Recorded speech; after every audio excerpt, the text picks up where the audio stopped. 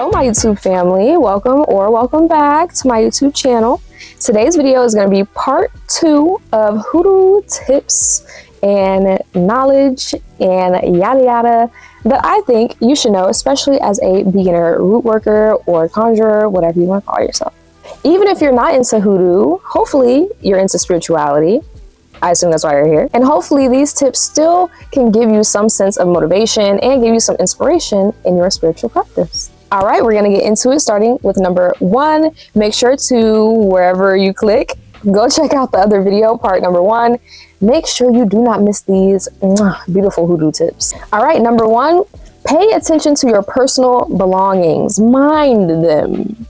Everything and anything can be used in Hoodoo. Accessories, hair, nails, everything. It's very important to know at all times who has access to your stuff. Stuff meaning physically and not. Stuff meaning physical stuff as well as information.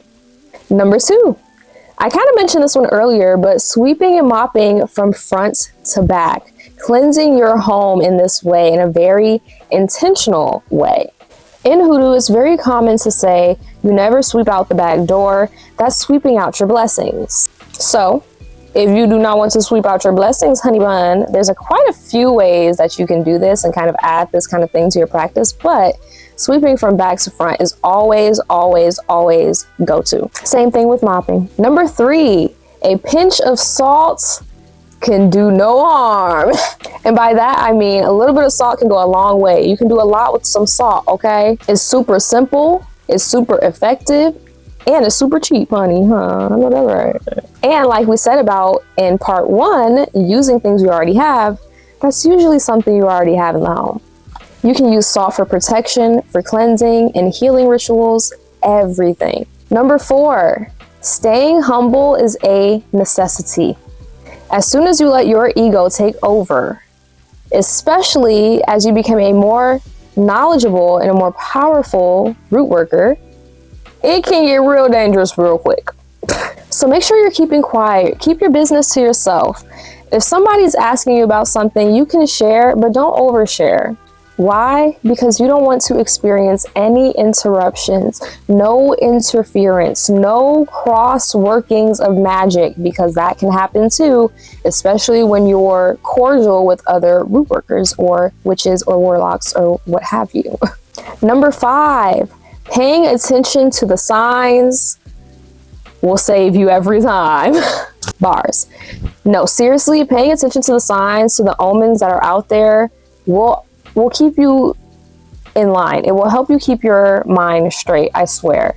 Sure, not everything, everywhere, all the time is a sign, a symbol, oh my God, this, that, but it could be. So you need to be knowledgeable about what it is you're looking at and what it is you're seeing and what it is you are experiencing. What could this be? Animals, dreams, coincidences, smells, tastes that you haven't tasted before.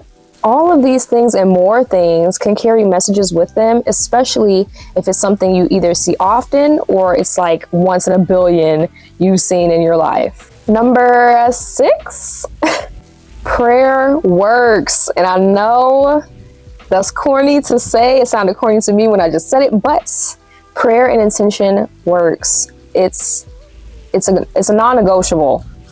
In Hoodoo, for sure. Spirituality, maybe you can get away with not praying, not giving thanks, that kind of thing, maybe. In Hoodoo, no way.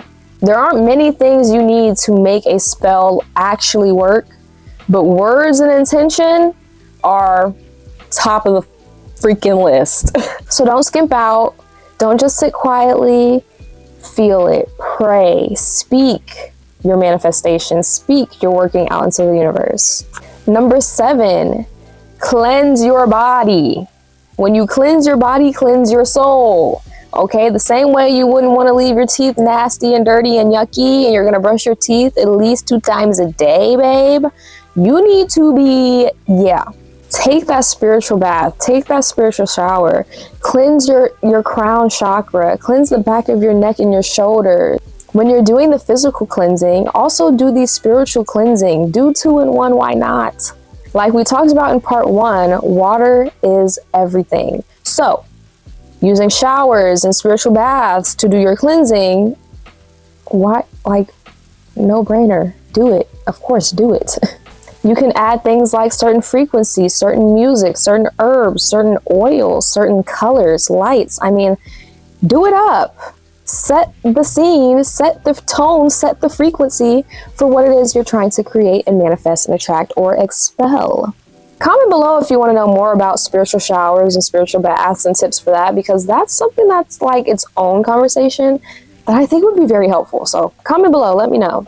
Last but not least, we have made it to the end. Our last hoodoo tip for beginners and anyone who just wants to refresh, needs new tips, needs new knowledge. Hoodoo is all about two things: practicality and empowerment. If you cannot be resourceful, if you cannot look at something and be like, you know what, I can do what I need to do with this, you will not be successful in hoodoo. I'm sorry. I'm sorry, babe. I'm sorry. I have to be honest. Hoodoo isn't about worshiping something. It's not about, oh, this is the one thing that's going to bring me this and this and this and this, that's everything I want. No, that's not what it's about. And it's not about it's not about worshiping or giving constant praise to your ancestors either. It's about working together with spirit. It's about working together with your ancestors, giving and receiving, pushing and pulling a little bit. Everything you learn and you experience and do as it refers to hoodoo should be for your self-growth and empowerment. There's nothing depending. We're not gonna talk about that. We're not gonna talk about that. Make the decisions you want to make with confidence. Learning hoodoo because you're listening to your intuition. You're listening to the ancestors and the knowledge that's come before you, that's worked before you. So understand, you don't have to worship any certain god. You don't have to worship any person. You don't have to worship any ancestor. But what you do have to do is not be afraid of a challenge. Not be afraid to connect with yourself as deep as you possibly can. So deep that it's almost second nature to you. That it is second nature to you. So let me know how it goes, whether you're at the start of your hoodoo journey or you're already on it and you're just looking for more tips. I'm glad I can help. Make sure to comment below any other interesting topics you may want me to talk about, anything you want more information on, or any questions that you just have. Make sure to subscribe as well, like, and hit the notifications so you do not miss any of this beautiful information. All right, you guys, I will see you in the next video. Bye.